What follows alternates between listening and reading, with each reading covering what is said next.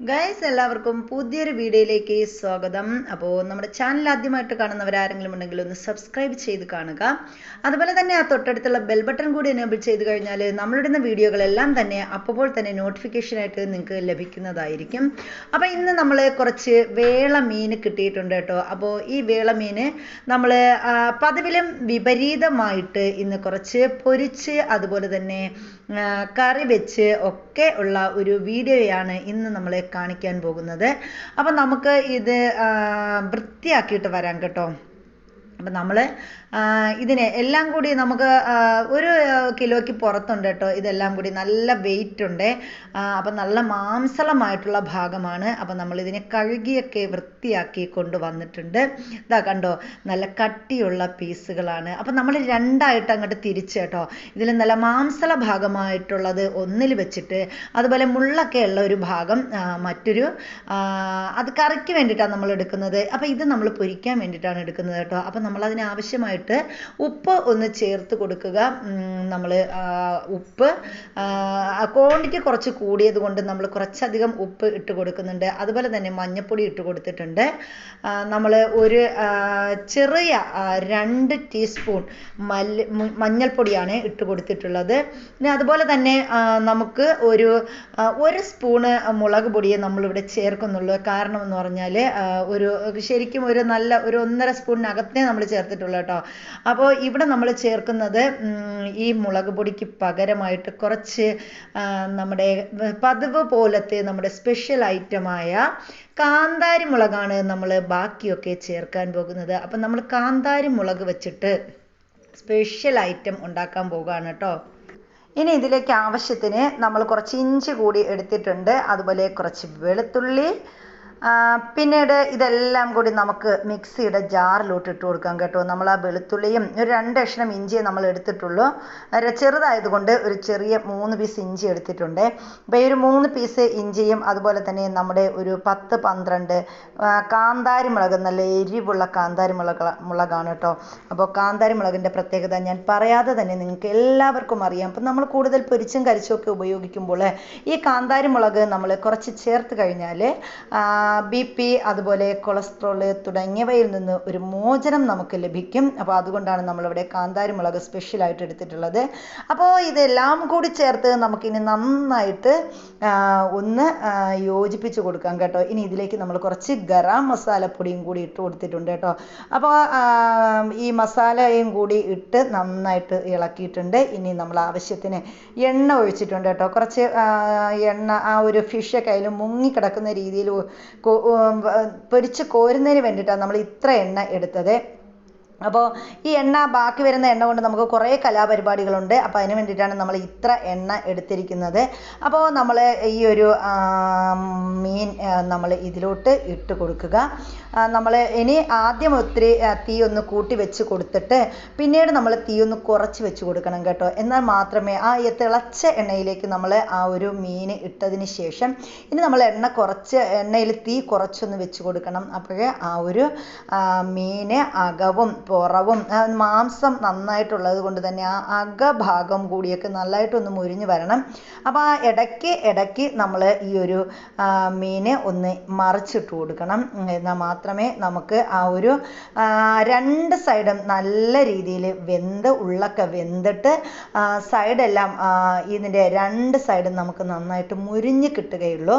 അപ്പോൾ അതിന് വേണ്ടിയിട്ടാണ് നമ്മളിവിടെ 2 സൈഡും നല്ലതുപോലെ മറിച്ചിട്ട് കൊടുത്തിട്ടുണ്ട് കേട്ടോ. അതാ നമ്മുടെ ഫിഷ് നല്ലതുപോലെ ഒരു സൈഡ് കുറച്ച് ഒന്ന് മുരിഞ്ഞ് വന്നു. നമ്മൾ അതിനെ ഇളക്കി മറിച്ചിട്ട് കൊടുത്തിട്ടുണ്ട്. ഇനി ആ ഒരു സൈഡും കൂടി നല്ലതുപോലെ മുരിഞ്ഞ് വന്നാൽ നമുക്ക് അടുത്ത് ഇതിനെ ഒന്ന് കോരാം. ഇപ്പോൾ ഇത് ഏകദേശം റെഡിയായി. നമ്മൾ ആ എണ്ണയൊക്കെ ഒന്ന് വാർന്നു പോകുന്നതിന് കുറച്ച് നേരം ഇങ്ങനെ ഒന്ന് വെച്ചിരിക്കണം കേട്ടോ.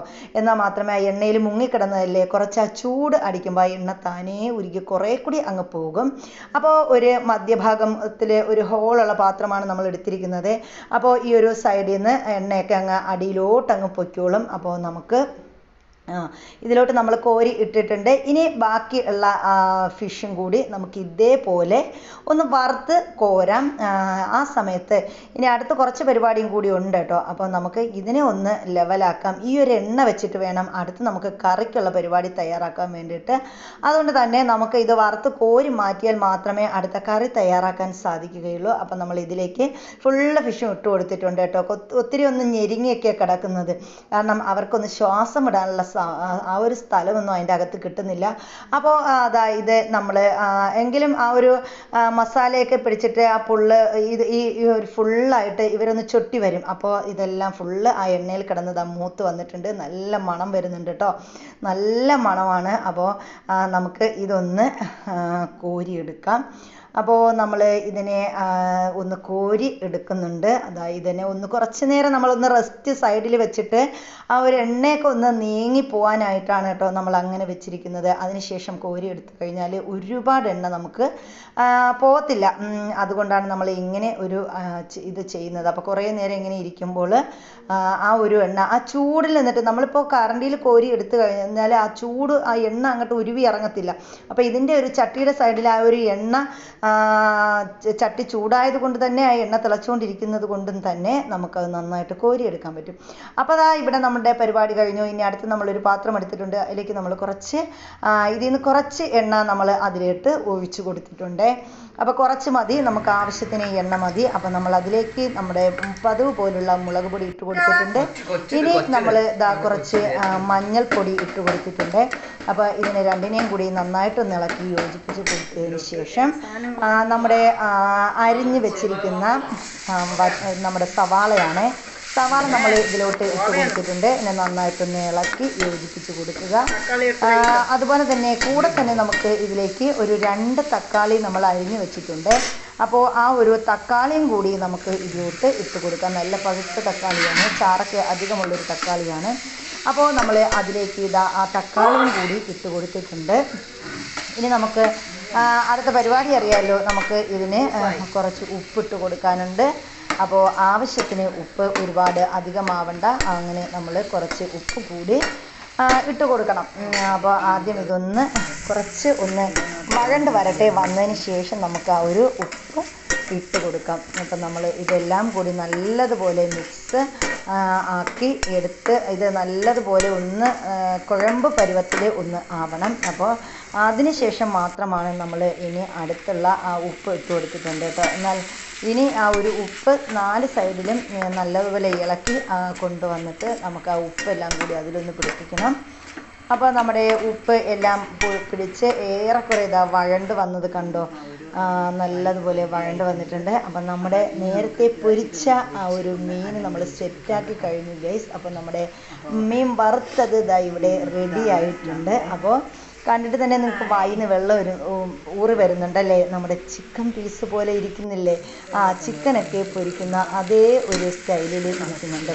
അപ്പോൾ നമ്മൾ ഇതിലേക്ക് കുറച്ച് നമ്മുടെ മസാലയിലേക്ക് കുറച്ച് ഈ കറിവേപ്പില ഇട്ട് കൊടുത്തിട്ടുണ്ട്. ഇനി ഇതിലേക്കുള്ള കൂട്ട് തയ്യാറാക്കാനായിട്ട് നമ്മൾ ഇവിടെ വീണ്ടും കുറച്ച് വെളുത്തുള്ളിയും അതുപോലെ തന്നെ നമ്മൾ കുറച്ച് കാന്താരി മുളകും ചെറിയ ഉള്ളിയും നമ്മൾ എടുത്തിട്ടുണ്ട്.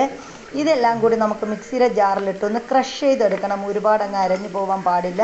അപ്പോൾ നമ്മളൊരു ചെറിയ രീതിയിൽ ഒന്ന് ഈ ഒരു കാന്താരി മുളകും അതുപോലെ തന്നെ ഈ ഒരു ചെറിയ ഉള്ളിയും നമ്മുടെ വെളുത്തുള്ളി എടുത്തിട്ടുണ്ട് കേട്ടോ. ഗ്യാസൊക്കെ ഉണ്ടാവാതിരിക്കാനായിട്ട് നല്ലൊരു സംഭവമാണ്, കൊളസ്ട്രോളിനെ നിയന്ത്രിക്കും. അപ്പം നമ്മൾ ഒരു 4-5 അല്ലി വലിയ വെളുത്തുള്ളി എടുത്തിട്ടുണ്ട്.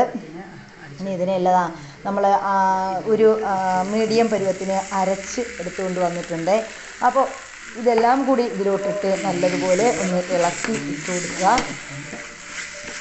അപ്പം നമ്മുടെ മസാലക്കൂട്ടുകൾ എല്ലാം ഇവിടെ റെഡിയാക്കിയിട്ടുണ്ട്. അപ്പോൾ എല്ലാ മസാലയും കൂടി നല്ലതുപോലെ നല്ല കുഴഞ്ഞ് വെന്ത് വന്നിട്ടുണ്ട് കേട്ടോ. ഇനി ഇതിലേക്ക് നമ്മൾ ചേർക്കുന്നതെന്ന് വെച്ചാൽ കുറച്ച് പുളി വെള്ളമാണ് ചേർത്തത്. അപ്പോൾ നമുക്ക് കുറച്ച് പുളി വെള്ളവും കൂടി നമ്മൾ ചേർത്തിട്ടുണ്ട്. കാരണം നമ്മൾ കറിയല്ലേ വെക്കുന്നത്, അപ്പോൾ അതിന് ലേശം പുളി ആവശ്യമാണ്. അപ്പോൾ നമ്മൾ കുറച്ച് പുളി എടുത്തിട്ടുണ്ട്. ആ ഒരു പുളി കൂടി അതിലോട്ട് നമ്മൾ നല്ലതുപോലെ പിഴിഞ്ഞ് അതിൻ്റെ ചാറൊന്ന് ചേർത്ത് കൊടുക്കണം. അപ്പം തന്നെ നമുക്ക് അതിലേക്ക് ആവശ്യത്തിനുള്ള ആ ഒരു കറി കിട്ടും. അപ്പോൾ നമ്മൾ കുറച്ചുകൂടി പുളി വേണം, അതായത് കുറച്ചുകൂടി വെള്ളം വേണം പുളിക്ക് കേട്ടോ. അപ്പോൾ നമ്മൾ കുറച്ച് ഉപ്പ് കുറവുണ്ടായിരുന്നു, ആ ഉപ്പൊക്കെ ഇട്ട് റെഡിയാക്കി എടുത്തിട്ടുണ്ട്. അപ്പോൾ അത് നല്ലതുപോലെ തിള വന്നിട്ടുണ്ട് കേട്ടോ. ഇനി നമുക്ക് ഉപ്പെല്ലാം നമ്മൾ ഇട്ട് കൊടുത്ത് ഇനി നമുക്ക് നമ്മുടെ കറിയിലേക്ക് നമ്മൾ കഴുകി വൃത്തിയാക്കി വെച്ചിരിക്കുന്ന ഫിഷ് ഇട്ട് കൊടുക്കുക. നമ്മൾ നല്ല ആ ഒരു മുള്ളിൻ്റെ ഭാഗമൊക്കെ എല്ലിൻ്റെ ഭാഗമൊക്കെ നമ്മളിവിടെ ഇരുന്നു. അതെല്ലാം നമ്മൾ ഓരോന്നായിട്ട് ആ ഒരു കറിയിൽ മുങ്ങി വരുന്ന രീതിയിൽ നമ്മൾ അടച്ച് വെച്ച് കഴിഞ്ഞാൽ ഇത് അതിലോട്ട് തന്നെ നല്ലതുപോലെ വെന്ത് അതിൻ്റെ നെയ്യും വെള്ളവും എല്ലാം ആ ഒരു കറിയിലേക്ക് ഉരുകി ഇറങ്ങി, അപ്പോൾ ആ മാംസം എല്ലാം അതിലോട്ട് ഉരുകി ഇറങ്ങി കുറച്ചുകൂടെ കറിയാവും കേട്ടോ.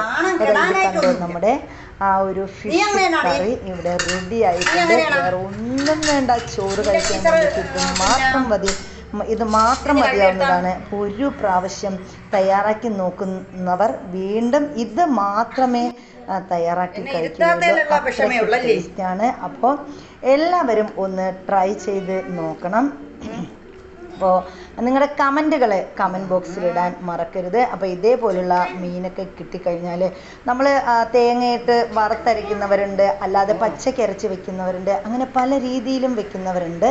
അപ്പോൾ ഇതേപോലെ വെച്ച് കഴിഞ്ഞാൽ ഈ ഒരു പൊരിച്ച മീനും കറി വെച്ചതും ഇതെല്ലാം കൂടെ, അതുപോലെ തന്നെ ഇത് നമുക്ക് ബിരിയാണി ആയിട്ടും ഉപയോഗിക്കാം കേട്ടോ.